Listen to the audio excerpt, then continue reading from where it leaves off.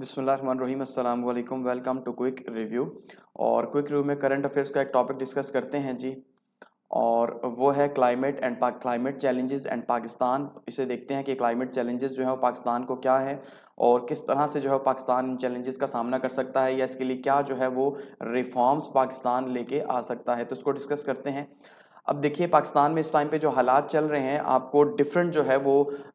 Form से different जो है बातें सुनने को मिल रही होंगी इस टाइम पे, खास करके क्योंकि इन दिनों वैसे भी बहुत ज़्यादा जो क्लाइमेट है वो बहुत ज़्यादा हाईलाइट है। उसकी वजह ये है कि इस टाइम पे COP 28 जो है वो दुबई के अंदर हो रहा है और उस हवाले से पाकिस्तान के वहाँ पे भी लोग मौजूद हैं और ये सबसे बड़ा सेशन जो है वो होने जा रहा है और ये 12 दिन तक तकरीबन जो है जारी रहेगा। तो देखते हैं इसका आउटकम क्या रहता है, लेकिन फिलहाल पाकिस्तान के हवाले से बातचीत की जा रही है। आपने देखा लास्ट डे जो है वो IMF ने भी बात की पाकिस्तान के जो है वो क्लाइमेट को लेके कि भाई पाकिस्तान को क्लाइमेट के लिए अब क्लाइमेट रेजिस्टेंस पॉलिसीज बनानी चाहिए और जो पैसे हैं उनका बहुत सोच समझ के इस्तेमाल करना चाहिए पाकिस्तान को, ये कहा जा रहा है। ठीक है, तो उसमें ये पहली पिक्चर जो आप देख रहे हैं ये आप लाहौर की है। लाहौर में आपको पता है इस टाइम पे पंजाब में जो हालात चल रहे हैं स्मोक के, उस वजह से जो है वो स्मार्ट लॉकडाउन भी और छुट्टियां भी और इस तरह से बहुत सी जो है कोशिशें की जा रही हैं लाहौर हाई कोर्ट की तरफ से कि किसी तरह से जो है वो हालात को बेहतर किया जा सके और ये जो स्मोक है इसको कम किया जा सके। ये जो दूसरी पिक्चर है, जो स्मोक की सबसे बड़ी वजह बताई जा रही है वो ये है कि भाई पाकिस्तान और खास करके इंडिया में, जो इंडिया का पंजाब है, वहां पे जो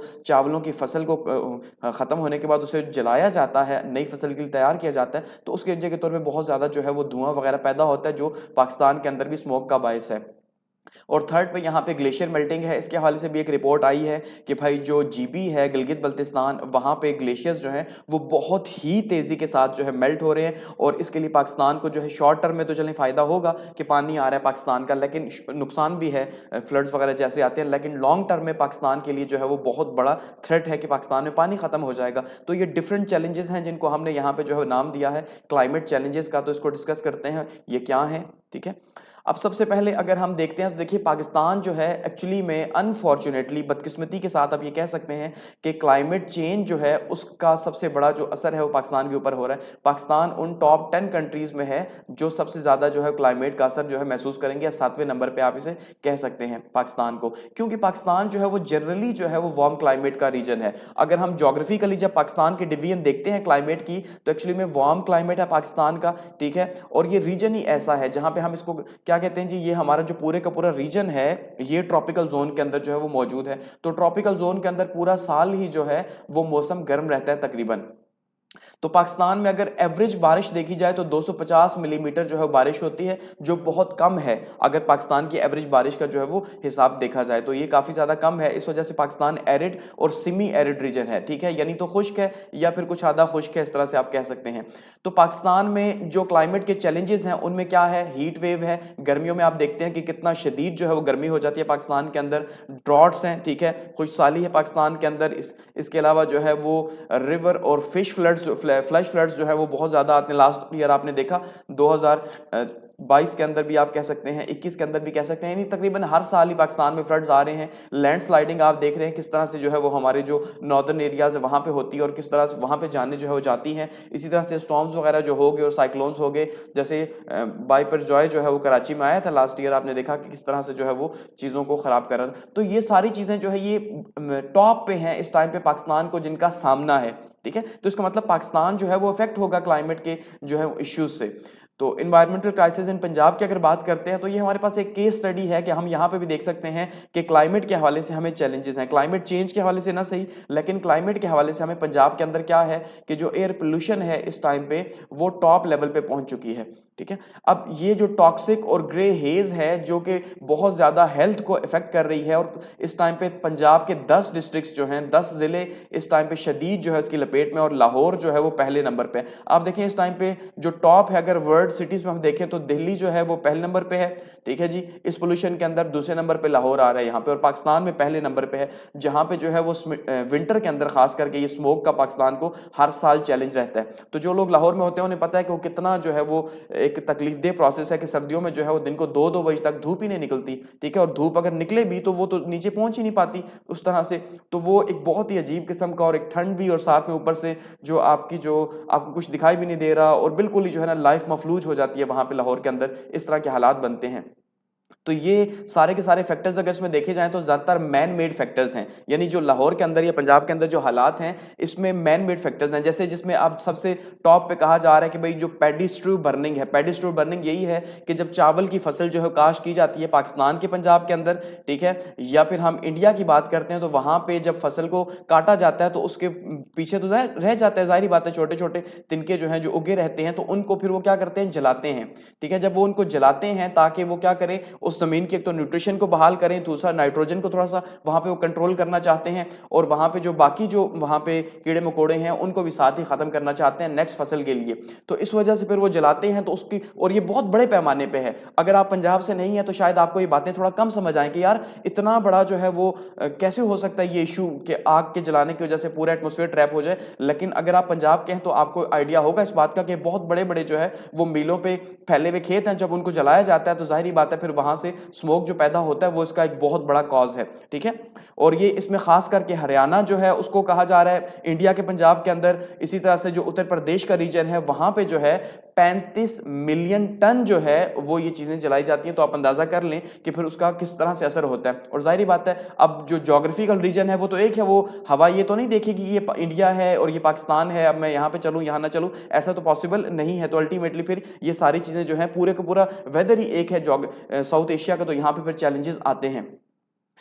इसके अलावा मजीद भी दूसरे भी चैलेंजेस हैं, जैसे लाहौर हाई कोर्ट के अंदर आइडेंटिफाई किया गया, जिनको हम आगे बात करेंगे। तो इसका अगर हम इम्पैक्ट की बात करते हैं डेली लाइफ के ऊपर, तो अल्टीमेटली अब देखिए पंजाब के अंदर क्या हालात हैं कि वहां पे उन्होंने स्मार्ट लॉकडाउन किया हुआ है। वो कहते हैं जी आप 10 बजे बंद कर दें, ट्रेडर्स को भी, स्कूल कॉलेजेस भी बंद हैं, ठीक है जी, उनकी भी छुट्टी दी हुई है, और इस तरह से हालात चल रहे हैं। और इसकी वजह से जो रिस्पायरेटरी डिजीजेज हैं, जो सांस की बीमारियां हैं, खास करके दमे की बीमारी, क्योंकि ये तो गंदी हवा है सारी की सारी जो स्मोक है, तो इस वजह से जो है वो बहुत बड़ा एरिया जो है इफेक्ट हो रहा है, समझ रहे हैं। तो ये अब जो है वो आहिस्ता आहिस्ता आगे बढ़ रहा है, और अब देखिए कि इसके लिए जो है वो क्या सोल्यूशन निकलता है। क्योंकि फिलहाल तो ये अब मैन मेड और नेचर का एक हो गया ना, क्योंकि बनाया हुआ इंसान का है, लेकिन सर्दी तो अब नेचर की तरफ से है, तो उस वजह से चैलेंजेस बढ़ जाते हैं। तो आगे बढ़ने से पहले समझते हैं कि स्मोक क्या है, ठीक है। अब देखिए स्मोक क्या है एक्चुअली में, स्मोक हम कहते हैं जी धुआं जो है उसको हम स्मोक का नाम देते हैं। नॉर्मली अगर हम देखें स्मोक देते हैं या हम उसे कहते हैं स्मोक, ठीक है, धुआं जैसे हम नॉर्मली कहते हैं। तो combination of fog and smoke जो है, ये जो फोग है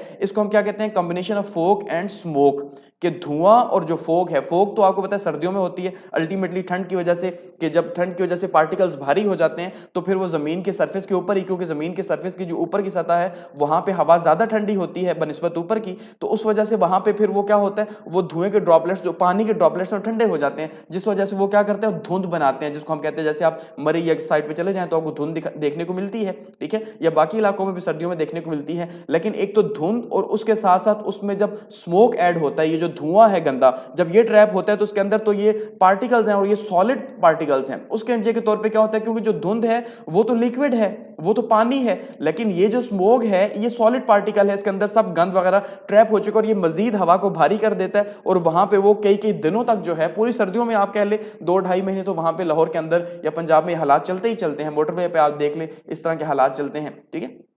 तो ये स्मोक है। अब स्मोक, या हम इसको अगर समझने के लिए मजीद बात करें, smoke fog is a type of intense air pollution. ये क्या है जी, ये बहुत शदीद किस्म की जो है वो हवा की गंदगी है, ये जो स्मोक है। इसमें होता क्या है कि थिन लेयर जो है एटमॉस्फेयर की, एटमॉस्फेयर के नजदीक ही जो है, ठीक है, जमीन के नजदीक जो है वो बन जाती है और वो ठंडी हो जाती है, और उसमें जो है फिर जो है कुछ गंदे पार्टिकल्स वगैरह जब ट्रैप होते हैं, अल्टीमेटली वो सॉलिड पार्टिकल्स ट्रैप होते हैं, तो उसके एनर्जी के तौर पे क्या होता है कि फिर वो बहुत ज्यादा जो है वो धुंध बना देते हैं वहां पे। और ये सारे का सारा प्रोसेस टेम्परेचर इन्वर्जन का है, ये नेचुरल प्रोसेस है, लेकिन जब इसके अंदर ये फैक्टर्स वगैरह जो शामिल होते हैं एयर पोल्यूशन के, तो ये उसको क्या कर देते हैं, बहुत ही खराब कर देते हैं, ठीक है। तो ये एक्चुअली में एयर पोल्यूशन है। अगर हम देखते हैं कि what is difference between smoke and fog, कि फोग जो है सर्दियों में तो बनती ही बनती है, ये जो धुंध है, तो धुंध में और स्मोक के अंदर जो है ये क्या डिफरेंस है, कि हम ये जिस स्मोक की हम बात कर रहे हैं इसमें क्या फर्क आ रहा है। तो देखिए जो स्मोक है ये फोग से डिफरेंट है, किस वजह से, क्योंकि ये डिस्पर्शन डिस्पर्शन फेज जो है इसका डिफरेंट है। यानी डिस्पर्शन फेज का मतलब क्या है कि देखिए अब जो धुआं है वो तो जाहिर बात है वो लिक्विड पार्टिकल्स हैं और वो एक तो इतने भारी नहीं है, दूसरा वो हवा के साथ शामिल है तो वो हल्के हैं। हल्के होने की वजह से वहां पे उनका असर डिफरेंट है, लेकिन जब सॉलिड पार्टिकल्स जो है शामिल हो जाते हैं तो डिस्पर्शन फेज जो है इनका बहुत ही कम हो जाता है, ये बहुत क्लोज हो जाते हैं, जिस वजह से जो है फिर वो बहुत ही ज्यादा जो है मुश्किल हो जाता है वहां पे सांस लेना भी आप कह लें, क्योंकि जो ऑक्सीजन है वो भी वहां पे कम हो जाती है अल्टीमेटली ऐसे रीजन्स के अंदर। और खास करके वहां पे फिर जो है हद नजर जिसे आप कहते हैं जो दिखाई देना बंद हो जाता है, ये बहुत ज्यादा होता है क्योंकि उसमें सॉलिड पार्टिकल्स जो है वो शामिल होते हैं ये इस चीज के अंदर। तो इसलिए ये जो मेजर डिफरेंस है वो क्या है कि जो फोग है वो पानी है, पानी जो ठंडा होकर धुंध बना रहा है, और जो स्मोग है वो साथ में फोग यानी ये पानी की धुंध जो बन रही है ठंड की वजह से, प्लस इसके अंदर जो एयर पोल्यूशन की गंदगी है वो सारी की सारी मिक्स हो रही है, पूरा डस्ट मिक्स हो रही है इंडस्ट्रीज की या बाकी सब चीजों की, तो उसके वजह के तौर पे वो जो बन रही है वो स्मोग है। ठीक है, ये जो पंजाब के अंदर हालात हैं। अब इसके अगर मजीद कॉजेज को हम देखते हैं पाकिस्तान के अंदर क्या कॉजेज हैं इस एयर पोल्यूशन के और ये जो स्मोग है इसके कॉजेज हैं, तो देखिए इसमें कहा जा रहा है कि भाई के जो व्हीकल इमिशन है सबसे टॉप लेवल पे नंबर 1 पे जो है पाकिस्तान के अंदर की बात कर रहे हैं। इंडिया के अंदर की बात तो ये है कि वहां पे वो जो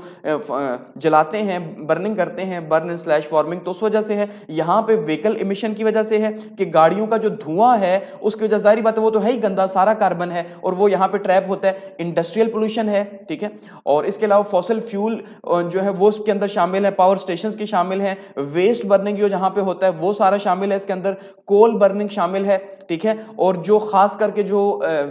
धुएं हैं चिमनियों के जहां पे ईंटें वगैरह बनाई जाती हैं उनके धुएं बहुत ही गंदे होते हैं, यानी सबसे ज्यादा खतरनाक और जहरीले मवाद जो है वो इन्हीं चिमनियों से निकलते हैं, तो वो तो बहुत ज्यादा है, यानी पंजाब के अंदर लाखों के हजारों की तादाद में है। तो ऐसे में ये सारे का सारा धुआं जो है ये मिक्स होके क्या करता है, ये स्मोग बनाता है पंजाब के अंदर, या मेनली जो है वो लाहौर के अंदर, ये मेजर फैक्टर है। इसके साथ साथ इंडियन फैक्टर जैसे मैंने कहा कि वो तो बहुत ही मेजर है, हरियाणा हो गया या उत्तर प्रदेश का रीजन हो गया, वहां पे जो है वो टनों के हिसाब से जब जलाते हैं तो वो भी उनके रीजन में भी असर है। इसी वजह से दिल्ली जो है वो सबसे ज्यादा एयर पोल्यूशन में उसको माइनस कहा गया, और फिर दूसरे नंबर पे जो है वो लाहौर है पाकिस्तान के अंदर। तो ये हमारे पास जो है वो स्मोग है।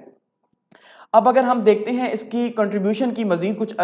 कि क्या वजूहात है, तो कंट्रीब्यूशन में कहा जा रहा है जी व्हीकल इमिशन जो है वो इस टाइम पे टॉप पे है, कि जो गाड़ियां हैं इस हवाले से आप देख लें अभी जो केस वगैरह चल रहा है लाहौर हाईकोर्ट के अंदर भी बातें हुई हैं, तो गाड़ियां जो है वो एक मेजर कॉज है। तो व्हीकल इमिशन जो है वो रिस्पॉन्सिबल है 1/3 ऑफ हाफ जो है एयर की क्वालिटी को गंदा करने में, कि जो तीसरा हिस्सा है आप ये कह सकते हैं वो गाड़ियों का है, ठीक है, और इसमें से हर 3 में से 2 व्हीकल्स जो है वो अल्टीमेटली गंदा ही धुआं पैदा कर रही हैं। ये भी बहुत अनफॉर्चुनेट है। अब ये अगर गंदा पैदा कर रही हैं तो अल्टीमेटली लॉ के अकॉर्डिंगली वो नहीं चल सकती रोड के ऊपर, लेकिन फिर भी वो चल रही हैं, तो इसका मतलब यहां पे सिस्टम भी फिर सामने आ रहा है, ठीक है। तो इसके अंदर क्या होता है, इनके अंदर हाई सल्फेज कंटेंट होता है, ये जो गंदा धुआं है इसके अंदर हाई सल्फेज कंटेंट है इस फ्यूल के अंदर, तो ये क्या करेगा, ये जो गंदे इंजन से निकलता है तो इसकी वजह से मजीद जो है बीमारियां पैदा होती हैं, खास करके जो बच्चे हैं जो स्कूल कॉलेज गोइंग के बच्चे हैं, जाहिर बात है वो ज्यादा मुतासिर होते हैं, इसी वजह से उनको छुट्टियां भी दी गई हैं। तो ये जो है वो चैलेंजेस यहाँ पे मौजूद हैं। Scale of the task and political institutional challenges अगर यहाँ पे हम देखते हैं तो वो हमें क्या देखने को मिलते हैं, क्योंकि एक्चुअली में इसको रोका जा सकता है, किसी ना किसी तरह से मिटिगेट किया जा सकता है, यानी कंप्लीटली तो अल्टीमेटली नहीं रोका जा सकता लेकिन कम किया जा सकता है। तो उस हवाले से क्या हो सकता है जी, कि अब जो पाकिस्तान के जो अथॉरिटीज हैं उनकी अपनी जो रिस्पॉन्सिबिलिटी है, यानी कि जो इंस्टीट्यूशनल रीजंस हैं अगर हम उनको देखें तो भाई क्या रीजंस हैं, पीछे पॉलिटिक्स इन्वॉल्व है सारे के पीछे, के भाई किस तरह से गाड़ियों को रोका जाए, ये पूरा प्रोसेस जो है किस तरह से पब्लिक ट्रांसपोर्ट को आगे लेके आया जाए, ये काफी मुश्किल है। अब यहां पे कोट किया जा रहा है चाइनीज सक्सेस को, कि चाइना ने किस तरह से इसको काउंटर किया, किस तरह से जो है वो पब्लिक ट्रांसपोर्ट जो है उसने अच्छी की और पब्लिक ट्रांसपोर्ट के थ्रू जो है वो चीजों को आगे बढ़ाया, हालांकि उनकी आबादी आपको पता है नंबर 1 पे है। तो उस हिसाब से पाकिस्तान भी अगर वो पॉलिसी अडॉप्ट करता है जाहिर बात है आसान है, लेकिन यहां पे ऐसा पॉसिबल नहीं है। तो ये गवर्नेंस के चैलेंजेस हैं पाकिस्तान के अंदर। दूसरा, कैपेसिटी ऑफ पाकिस्तानी स्टेट की अगर बात करें तो पाकिस्तानी स्टेट की शायद इतनी कैपेसिटी नहीं है और हमारा ना ही जो है वो इंफ्रास्ट्रक्चर उस तरह का है, तो लिमिटेड इंफ्रास्ट्रक्चर होने की वजह से लो स्टेट कैपेसिटी है। अब लो स्टेट कैपेसिटी है तो अल्टीमेटली फिर पूरे के पूरे पंजाब को कंट्रोल करना या इन चीजों को रोकना वहां पे फिर तो बिल्कुल एक किस्म का सिस्टम जैम हो जाएगा। आप मुझे बताएं, अगर सिर्फ पब्लिक ट्रांसपोर्ट कहा जाए सब यूज करें तो किस तरह से जो है वो इतनी पब्लिक जो है उसमें मैनेज होगी और किस तरह से उसको किया जाएगा, या बाकी जो फैक्ट्रीज वगैरह अगर बंद कर दी जाएं, जो भट्टे वगैरह हैं वो बंद कर दिए जाएं, तो कैसे जो है चीजें जो है मैनेज होंगी। तो ये क्रॉस स्टेट जो है कोऑर्डिनेशन की भी कमी है कि किस तरह से जो है वो पूरे का पूरा रीजनल जो है वो हार्मोनी पैदा की जाए और पूरा उस सिलसिले को आगे लेके जाया जाए। इसमें भी जो है सोसाइटियल एक्टर्स भी इसमें शामिल हैं, यानी कोई भी रिस्पॉन्सिबिलिटी जो है वो लेने को तैयार नहीं है। और ये सबसे बड़ा प्रॉब्लम है कि जब सोसाइटी रिस्पॉन्सिबिलिटी नहीं लेती तो अल्टीमेटली गवर्नमेंट तो फिर बहुत पीछे है, ठीक है, क्योंकि सोसाइटी रिस्पॉन्सिबिलिटी लेगी तो फिर गवर्नमेंट जो है कुछ करती है। तो हमारे यहाँ तो वैसे भी रिस्पॉन्सिबिलिटी ले भी तो फिर भी आपको पता है क्या जो है ना, तो एडमिनिस्ट्रेटिव स्टेप्स जो हैं उनके हवाले से कहा जा रहा है कि भाई अगर वो लिए जा सकते हैं इंजन की फिटनेस के ऊपर, ठीक है, और ये जो व्हीकल्स हैं जो गंदी कर रही हैं, हर 3 में से 2 गाड़ियां अगर गंदा कर रही हैं तो अल्टीमेटली उनको बैन किया जाना चाहिए, उनको रोडों पे नहीं आने दिया जाना चाहिए। और ये जो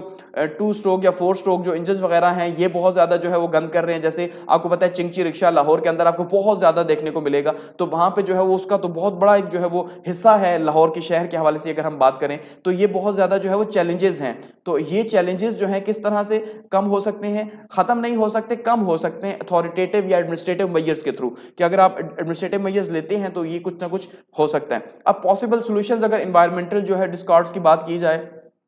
तो उसमें साइंटिफिक सॉल्यूशंस के ऊपर भी काम किया जा सकता है, क्योंकि अल्टीमेटली चाइना जो है वो पब्लिक ट्रांसपोर्ट को तो कर ही रहा है लेकिन साथ में वो साइंटिफिकली भी चीजों को देख रहे हैं। अब देखिए, अब हम जब एनवायरमेंटल साइंस को देखते हैं तो उसमें हम ये कहते हैं कि भाई ये जो कार्बन है, इस कार्बन को आपने क्या करना है, इस कार्बन को आपने कम से कम हवा में छोड़ना है। तो उसके लिए जो इंडस्ट्रीज हैं, अब इंडस्ट्रीज के लेवल की रिस्पॉन्सिबिलिटी है कि वो किस तरह से अपने जो धुआं बाहर निकाल रही हैं उस धुएं को फिल्टर करके निकालेंगी। ये जो भट्टे हैं बड़े बड़े, इनको कैसे फिल्टर करके निकालेंगे, या जो गाड़ियां हैं, ठीक है, ये किस तरह से जो है ये इस फ्यूल से चेंज करके जो है वो दूसरे फ्यूल के ऊपर जाएंगी, या इलेक्ट्रिक व्हीकल्स वगैरह हो सकती हैं। तो ये पूरा एक पॉलिसी चाहिए इसको, और हमारे यहाँ पॉलिटिकल जो राइवलरी है, ये जो खींचातानी है, ये इन चीजों को होने नहीं देती, ठीक है। तो ये एक मेजर रीजन है कि हम किस, जब पॉलिटिकल खींचातानी कम होगी तो फिर जो है कुछ ना कुछ प्रॉब्लम हो सकेगा। अब इसमें 1.5 बिलियन पीपल जो हैं इस इन दोनों कंट्रीज के अंदर इफेक्ट हो रहे हैं, यानी पाकिस्तान के अंदर और इंडिया के अंदर। अल्टीमेटली पाकिस्तान की आबादी तो इतनी नहीं है लेकिन इंडिया के अंदर भी तो इफेक्ट हो रहे हैं। तो इसका मतलब दोनों ही एक दूसरे के लिए म्यूचुअल जो है डैमेज का कॉज बन रहे हैं, या इसको दूसरे अल्फाज में कहा जाता है कोलैटरल डैमेज, ठीक है, कि ये सिर्फ एक का नुकसान नहीं है, ये दोनों का नुकसान है। दोनों साइड से दोनों ही जो है कॉज कर रहे हैं एक दूसरे के नुकसान का, और कोलैटरल डैमेज है, और गवर्नमेंट्स दोनों साइडों पे जो है वो सोई भी हैं, ये अपना वो रोल जो प्ले करना चाहिए वो नहीं कर रहे। ह्यूमन टॉल की बात करते हैं तो यूएस जो इंस्टीट्यूट ऑफ पीस है उसकी स्टडी क्या बताती है, यूएसपी स्टडी की, वो कहती है 1.2 बिलियन इंडियंस और तकरीबन 1,28,000 पाकिस्तानी जो है स्मोक से इफेक्ट हो रहे हैं। हालांकि ये बहुत कम फिगर है, इससे ज्यादा है, लेकिन फिर भी उनकी स्टडी के अकॉर्डिंगली इतने लोग जो है वो स्मोक से मुतासिर हो रहे हैं। अब अगर इसको देखा जाए कि किस तरह कंट्रोल किया जाना चाहिए, तो ये ह्यूमन कॉस्ट है, जाहिर बात है इंसानी जानों के ऊपर ये चीजें आ रही हैं, बीमारियां बढ़ रही हैं। तो अब किस तरह से जो है वो इसको बेहतर किया जा सकता है, तो उस हवाले से बातचीत की जा रही है कि भाई इसको रिकग्नाइज किया जाना चाहिए, ठीक है। और इसमें जो है वॉर फुटिंग अप्रोच जो है उसको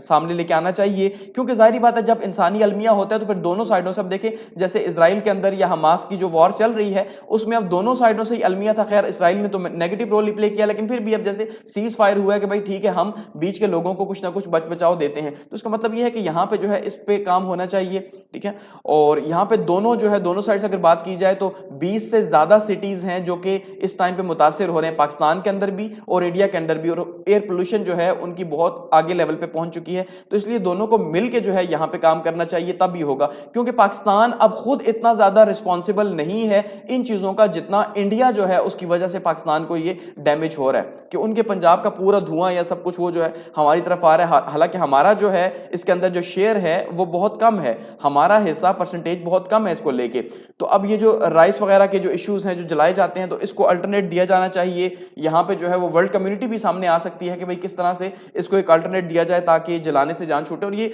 हर साल 2015 से हम देख रहे हैं चीजें आहिस्ता आहिस्ता बढ़ रही हैं, उस टाइम फर्स्ट टाइम ये रिपोर्ट सामने आई थी। अच्छा, उससे मजीद जो है कहा जा रहा है कि भाई शेयरिंग ऑफ डेटा होना चाहिए वाटर को लेके, कल्टीवेशन मैकेनिज्म को लेके, ताकि ये प्रॉब्लम्स जो है इसको सॉल्व किया जा सके, और अल्टरनेट जो है फाइंड किए जाने चाहिए एग्री एक्सपर्ट्स के अंदर। क्योंकि अब इंडिया क्या करता है अपनी फसल को बढ़ाने के लिए, ठीक है, जाहिर बात है वो सारे का सारा पेस्टिसाइड्स या हर चीज यूज करता है, क्योंकि उनकी जो फार्मिंग है, पाकिस्तान की जो एग्रीकल्चर के क्राइसिस हैं उनके तो उस तरह के नहीं है, उनकी तो प्रोडक्शन बहुत जबरदस्त या बहुत शानदार प्रोडक्शन है। तो वो उनकी प्रोडक्शन ज्यादा है, वो अपनी प्रोडक्शन को करने के लिए लिए क्या करते हैं जी, वहां पे ये सब कुछ यूज करते हैं और उसके एनर्जी के तौर पे फिर क्या है, वो जब एट दी एंड उसको जलाते हैं, ये सब कुछ करते हैं, तो उसका ज्यादा नुकसान पाकिस्तान को होता है कि वो केमिकल वाली हवा सारी पाकिस्तान के अंदर आके और पाकिस्तान को भी डैमेज करती है और यहाँ पे बीमारियां जो है वो बहुत तेजी से फैल रही हैं। तो ये इस तरह से जो है इसको काउंटर किया जा सकता है मिल के, और कोई इसका सोल्यूशन नहीं है। तभी जो है वो एयर पोल्यूशन जो है, ये जो हवा की गंदगी है, इसको कम किया जा सकता है। अदरवाइज तो ये आप समझ लें कि 2 महीने ये पंजाब या लाहौर बंद ही रहेगा और तो इसका कोई सोल्यूशन नहीं हो सकता। Climate change impact on Pakistan glacier melting, अब वो तो हमारा एयर पोल्यूशन का था, अब यहाँ पे क्लाइमेट चेंज को लेके पाकिस्तान को जो चैलेंजेस का सामना है उसमें ग्लेशियर मेल्टिंग की एक रिपोर्ट आई है। और वो रिपोर्ट क्या बता रही है कि पाकिस्तान के अंदर जो है ग्लेशियर बहुत फास्टली जो है वो मेल्ट हो रहे हैं, खास करके जो जीबी के रीजन के अंदर अल्टीमेटली वहीं पे हैं। और आपको पता है ग्लेशियर्स में पाकिस्तान वर्ल्ड में दूसरे नंबर पे है, यानी पहले नंबर पे जो ग्लेशियर सब ज्यादा है वो है पोलर रीजन के अंदर, जाहिर बात है पोलर रीजन के अंदर ज्यादा ही है पोल्स पे। तो अब पोलर रीजन के बाद दूसरे नंबर पे पाकिस्तान में है और तकरीबन 1750 या इससे भी ज्यादा 1800 किलोमीटर की पाकिस्तान की, किलोमीटर की बात हो रही है, किलोमीटर की लंबाई है पाकिस्तान के ग्लेशियर्स की, ठीक है। तो पाकिस्तान उन टॉप 10 कंट्रीज में है जो क्लाइमेट चेंज से इफेक्ट होंगे और लास्ट डिकेड से ये बहुत तेज हो चुका है सिलसिला। तो एनुअल जो टेम्परेचर है वो अब अप्रोक्सीमेटली आपको पता है 0.5 डिग्री सेंटीग्रेड इंक्रीज हो चुका है और पिछले 50 सालों में ये जो है इंक्रीज हुआ है। तो इस टाइम पे कहा जा रहा है कि 1.5 डिग्री सेंटीग्रेड अर्थ का टेम्परेचर है, ठीक है। और ये अब 2030 तक शायद जो हालात बन रहे हैं, 2030 तक अगर ये आगे पहुंच जाता है, इससे थोड़ा सा भी ऊपर होता है, तो इसके पूरे जो ग्लेशियर्स हैं पूरे का पूरा बैलेंस जो है वो जिन्होंने ठंडा रखा हुआ है, ये जो आप कह लें सर हैं इस जमीन की जिन्होंने, या पांव है ठंडा रखा हुआ है, वो मेल्ट हो जाएंगे। तो फिर यहाँ पे लाइफ के लिए पॉसिबल होना बहुत मुश्किल होगा। तो एक्सपेक्ट किया जा रहा है कि 3 डिग्री सेंटीग्रेड या 5 डिग्री सेंटीग्रेड इस सेंचुरी के एंड पे हो जाएगा। तो इस सेंचुरी के एंड पे तो फिर पॉसिबल ही नहीं होगा यहाँ पे रहना। ग्लेशियर सिचुएशंस इस टाइम पे गिलगित बल्तिस्तान की अगर बात की जाए तो गिलगित बल्तिस्तान होस्ट कर रहा है जी 7000 ग्लेशियर्स को, यानी 7000 ग्लेशियर्स हैं जिसमें सियाचिन है, बालतोरो है, बातोरा है, बाइफो है, अच्छा जी शेफर ग्लेशियर है, इस तरह के बहुत से ग्लेशियर्स वहां पे मौजूद हैं, ठीक है। और उनमें रैपिडली जो है वो कमी हो रही है इस टाइम पे, जो कि लीड कर रहा है किस कॉज को, ग्लेशियर लेक आउटबर्स्ट फ्लड्स को, GLOFs को, ठीक है। ये GLOFs क्या है, जो ग्लेशियर्स की वजह से, देखिए जब ग्लेशियर्स मेल्ट होते हैं तो वो क्या करते हैं, वो आर्जी लेक्स बनाते हैं नीचे के रीजन के अंदर, ये ज्योग्राफी का पूरा टॉपिक है। तो वो ग्लेशियर्स मेल्ट होकर वहां पे क्या करते हैं, लेक्स जब बनाते हैं तो वो लेक्स आर्जी होती हैं, जाहिर बात है जब उनके अंदर पानी का जो फ्लो है वो ज्यादा हो जाता है, ये तो नेचुरली रुकी हुई होती हैं, फिर क्या होता है ये ब्रस्ट होती हैं, जब वहां से कहीं ना कहीं से टूटेंगी तो ये सारे का सारा क्या होगा, पानी उस रीजन को तो मुतासिर करेगा ही करेगा, लेकिन नीचे भी जितना एरिया है उसको भी डैमेज करेगा, उसके रास्ते में जो फसलें हैं, जो कुछ है, जो डैम आ रहे हैं, इतना ज्यादा पानी जब कहीं पे भी जो है एक जगह से निकल के दूसरी जगह जाता है तो वहां पे डैमेज करता है। तो आपको पता है हमारा तो पानी जो है वो स्टार्ट होता है जीबी से और कराची तक पूरा डैमेज करता जाता है फ्लड को, कि लास्ट ईयर जैसे हुआ था। तो ये चीजें फिर जो है बहुत ज्यादा, यानी GLOFs जो हैं ग्लेशियर की जो लेक आउटबर्स्ट हो रही है, ये चैलेंज अब वहां पे पैदा होना स्टार्ट हो गया है, जो क्या कर रहा है, जो जीबी का जो इकोसिस्टम है उसको जो है वो खराब कर रहा है, और जो डाउन स्ट्रीम के एरियाज हैं, यानी जो नीचे के एरियाज हैं उनको भी मुतासिर कर रहा है, वहां की आबादियों को, वहां की फसलों को, और इनको भी मुतासिर कर रहा है, और पूरा पाकिस्तान के पूरे इलाकों को आपको पता है मुतासिर कर रहा है। अब इसका इंडस रिवर के ऊपर भी जो है वो इंपैक्ट हो रहा है, ये जो ग्लेशियर मेल्ट है, क्योंकि जब ग्लेशियर मेल्ट हो रहे हैं तो अल्टीमेटली इनका क्या हो रहा है कि फ्लो जो है वो पानी का ज्यादा हो रहा है, ठीक है। अब ये शॉर्ट टर्म में कहीं ना कहीं बेहतर भी है गर्मियों के लिए, क्योंकि हमें पानी की कमी का सामना रहता है, लेकिन वहीं पे हमें पता है कि यहाँ पे शॉर्ट टर्म के अंदर भी जो है वो सैलाब आते हैं, और गर्मियों में ही सैलाब आते हैं जब मानसून की बारिशें भी साथ में हो जाएं, साथ में ये चैलेंजेस भी हो। लेकिन लॉन्ग टर्म में इसके ज्यादा चैलेंजेस हैं, क्योंकि जब देखिए ग्लेशियर मेल्ट हो जाएंगे तो इसका मतलब ये है कि अब गर्मी ज्यादा हो रही है ना, अब इतनी बर्फ तो होगी नहीं सर्दियों के अंदर भी, अभी भी देखें कि हम किस मौसम में रह रहे हैं, लेकिन फिर भी जो है सर्दी का जो लेवल होना चाहिए था वो नहीं है, तो इसका मतलब फिर चीजें बहुत ज्यादा मुश्किल हो जाएंगी। तो फिर हमारे लिए पानी के क्राइसिस जो पैदा होंगे, डैम भी हमारे पास नहीं है, और जो पीछे इंडिया डैम बिल्ड कर रहा है उसकी वजह से भी हमारे यहाँ क्राइसिस होंगे, तो फिर फूड की शॉर्टेज होगी, एग्रीकल्चर सेक्टर नीचे चला जाएगा, और फूड सिक्योरिटी हमारे यहाँ पर एक अभी भी चैलेंज है, उसके बाद और मजीद चैलेंज बन जाएगा अगले 4-5 साल के अंदर। तो फिर क्या होगा, पाकिस्तान को फिर वो जिसे कहते हैं ना खाने के लाले पड़ जाना, तो पाकिस्तान को खाने के लाले पड़ जाएंगे, इस तरह के पाकिस्तान के हालात जो है वो होंगे। अब हम ये कह सकते हैं कि how to counter climate change in Pakistan, जो सबसे इंपॉर्टेंट क्वेश्चन है, कि अगर ये क्वेश्चन आता भी है तो यही पूछा जाएगा कि भाई हम काउंटर कैसे कर सकते हैं। तो आप अपनी तरफ से पॉलिसीज देंगे या कुछ सजेशंस देंगे, अल्टीमेटली हमारी सजेशंस को मानेगा तो नहीं, लेकिन हमने पेपर के पॉइंट ऑफ व्यू से जो है लिख तो सकते हैं।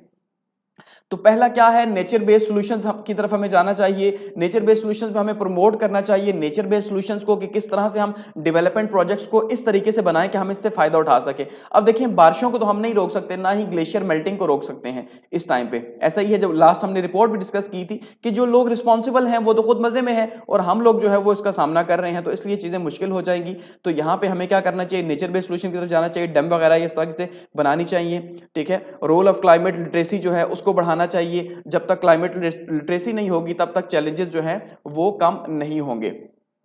अच्छा, कॉल फॉर ग्लोबल कोऑपरेशन होना चाहिए। अब जैसे COP28 है, तो अल्टीमेटली ये इतना लंबा 12 दिन का सेशन है, इससे कुछ ना कुछ तो निकल के आना चाहिए, तभी जो है सोल्यूशन हो सकता है, वरना पॉसिबल नहीं है। रोल ऑफ प्लानिंग कमीशन और फाइनेंस की मिनिस्ट्री जो है उसका रोल होना चाहिए कि वो किस तरह से जो है इस रोल को डिफाइन करेगी और कैसे बाउंड करेगी, ठीक है, कि भाई ये जो क्लाइमेट है इसके हवाले से हम डिसीजंस ले सकें। Climate disaster and economic impact, इसके अगर हम देखते हैं तो 2050 तक ये कहा जा रहा है कि जीडीपी का 6.5 to 9% जो है वर्ल्ड बैंक एस्टिमेट कर रहा है कि हमने जो है इसके ऊपर लगाना है, इसकी रोकथाम के लिए। समझ गए। नीड फॉर ग्रेटर इन्वेस्टमेंट्स, और हमें इसके लिए ग्रेटर इन्वेस्टमेंट्स चाहिए, ज्यादा पैसे क्लाइमेट के अंदर इन्वेस्ट करने के लिए हमें चाहिए, ताकि जो है हम क्या कर सके, इसको कम कर सके, कंट्रोल कर सकें। और rising temperature and unpredictable rainfall जो है उसको, अब जाहिर बात उसको रोक तो नहीं सकते, लेकिन उसके कुछ ना कुछ पैटर्न्स पे जो हम हिस्सेदार हैं, अब ये जो COP28 बैठा हुआ है ये तय करे कि किस तरह से जो है इसको हम कंट्रोल कर सकते हैं, किस तरह से हम जो ये जो इतना ज्यादा कार्बन की इमिशन है इसको कम कर सकते हैं, जिसके ऊपर अभी रीन्यूएबल एनर्जी के ऊपर बात हो रही है, कार्बन को छोड़ने की बात हो रही है, इन चीजों के ऊपर जो है।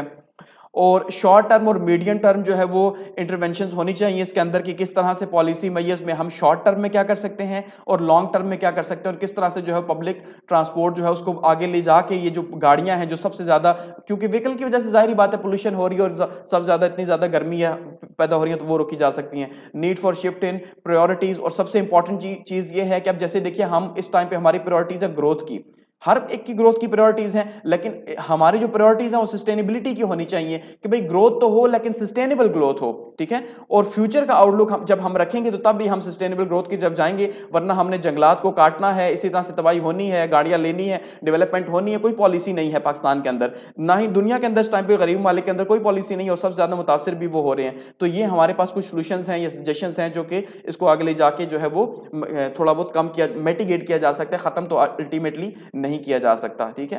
तो इसको यहाँ पे क्लोज करते हैं। Thanks for watching.